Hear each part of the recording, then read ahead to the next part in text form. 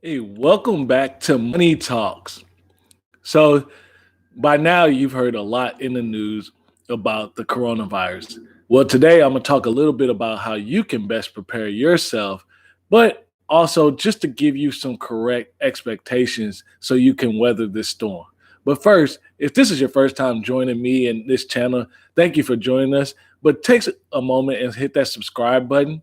Also, if you like the content, go ahead and give it a thumbs up. And just to let me know that you're here, go ahead and leave a comment, and I do my best to return and comment back and reply to all comments uh, within the day. So, a little bit about the coronavirus. By now, you've seen through all your media outlets, every day there's an update about this person got infected or is it getting closer? And oh, we've ran out of antibacterial soap. And this panic and the intensity of the news can really start to make you question and really reevaluate your whole financial plan. So, when you first sat down and actually made a budget and actually looked at, hey, I'm going to invest for long term and what are the things that I need to have in place? Well, one of those key pieces that I've mentioned also was having that emergency fund. So, this is where that emergency fund actually comes into a large, big piece of your financial plan. It also gives you the strength. So, by now, you're sitting on a little bit of cash, or if you're not sitting on any cash, you can start to feel a little bit shooken up because of how the stock market is reacting to the news. But never fear whether or not you have the cash set aside or if uh, you don't have the cash set aside, the same thing is intact.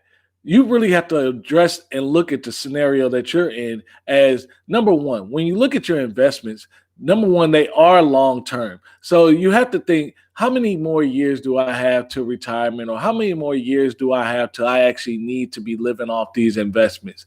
Well, if you're definitely past that 10, 15, 20, even 30-year mark, you really just need to think about, okay, I just have to weather the storm. And the fact is, this is a part of the investment cycle. In order for you to really get the bang for your buck out of investing, you have to think about this and you have to experience this storm.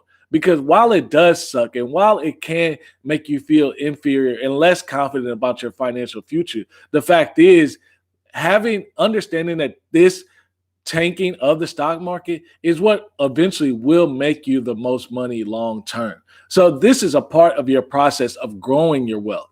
This is something this experience of whether it's coronavirus, whether it was Ebola, whether it was 9/11, regardless of the scenario, this experience is what will return you very much dividends on the long term.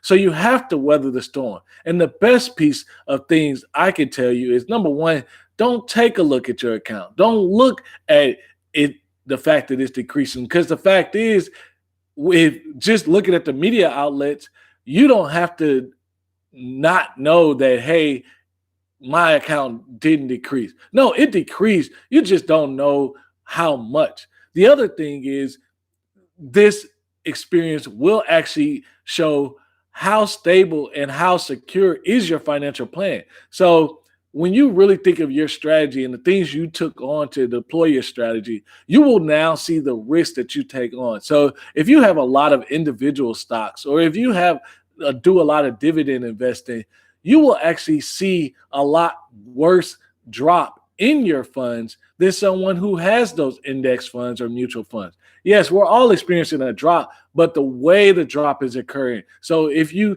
had a huge drop, meaning if 30, 40, 50%, or like myself, maybe you only dropped $1,000 or 1,500 bucks, it really shows how stable your particular financial plan is. And that's why you need to actually understand what you're investing in while when you begin to invest, because it's not about what you're going to get long term. It's about what you as an individual can take from an emotional roller coaster going through, because anyone who's invested and has invested for some time, they will tell you the investment journey is a long-term approach and it is a roller coaster. It goes up and it goes down. But when it goes down, you have to understand what's going to be the thing that keeps your emotions intact, because ultimately that the emotional part of this journey is what's going to trigger you to either panic and pull the plug, and that's when you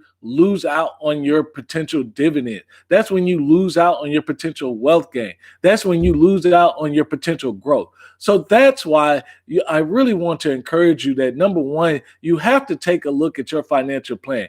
If you're uneasy about it, this is the time to actually dive deep and really understand, hey, what am I actually invested in and why am I uneasy? And the more you know, it's not that you won't be uneasy, it's more to set your comfort level at an appropriate expectation.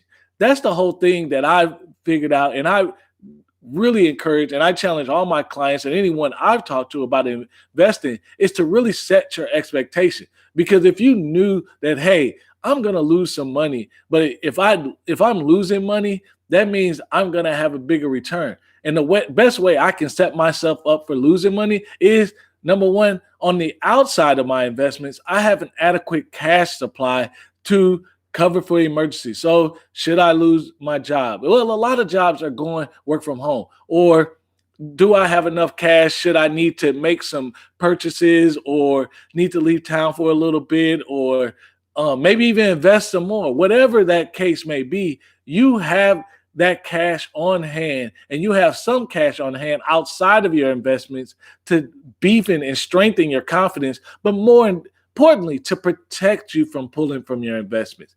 That's the biggest thing from the emergency fund. It protects you from ever having to need your long-term investments. So your long-term continues working, even though it seems a little sketchy right now. Also, I would like to let you know these cases, though it seems intense and though you're getting these updates a lot, really take a look at how many cases of people have gone through. Yes, coronavirus is very important. You do need to wash your hands. You do need to make sure you're taking the just normal common sense approach to mitigating your risk with this disease. And yes, people are canceling fights and canceling big conferences and things of that nature, so it can send in a panic, but not necessarily. I look at this as they're just trying to take more proactive approach to contain the exposure of this virus. Has it actually reached and killed so many people? It hasn't killed as many people as the flu or AIDS or cancer or things of that nature. No, it's only been about 22 or so people. So really put things into context of what the seriousness of it is. And then when you look at what the experts are saying about the disease, the biggest largest piece of the population that is at risk is that 80 and over crowd. So if you're younger, it's just like your investments, you have the bandwidth most likely to actually weather the storm should you actually get exposed to it. I don't want to scare you, but I do want you to have an objective point of view that a lot of things that is sent to you to send a panic is also making you react in a way that you have to go get a solution from the very people who's ensuing the panic. So just make sure you take a step back, take a deep breath, and when you look at your financial plan, but your overall life plan, look at the fact of, okay, I have enough cash on hand. I know what my long-term plan is. Yes, I can't travel to certain areas because, like Italy, they have just a ridiculous amount of cases and it's out of control. I can't go to China right now, but there are still other places you can go if you want to take a vacation, or if you're still in that traveling mood. There are still things you can do, still live your life, but yet there are some places you just can't go right now. From a financial end, really weather the storm and really watch this, because this experience will help strengthen you, because there will be another experience. Through the test of time, do the homework, take this moment, take a few moments and look through the stock market journey. And more often you will see cases of disease, cases of wars, cases of different catastrophes that have happened that affect the stock market. And this experience with coronavirus is no different than those. So I would encourage you really take a look at what's going on and let this be your experience to strengthen you to make you a better long-term investor so that next time or next opportunity you have when this comes, maybe you can invest even more dollars to get more bang for your buck. It will happen. Not we don't know how it happens, but that's just like life. You never really know what mistake is going to happen. You never really know what event is going to happen, but you do prepare in some fashion for the unknown. So maybe it's a car repair. Maybe it's a job loss. Maybe it's either a health condition that sits you down for a while. But regardless, you can prepare an adequate amount and set that aside and be prepared for that long-term journey. Because while you will be looking towards long-term, you have to understand there are going to be hills and challenges to where it really puts you in an unstable environment and makes you feel like you can't get a grip. But your plan is the thing that gives you the confidence to make you succeed and sustain the long term. So I would encourage you, don't pull out, look forward to the future, but use this as an opportunity to gain confidence of, hey, what do I need to know? Why am I concerned right now? What do I really have to lose right now? So take a moment and learn more about your situation, learn more about what you're invested in.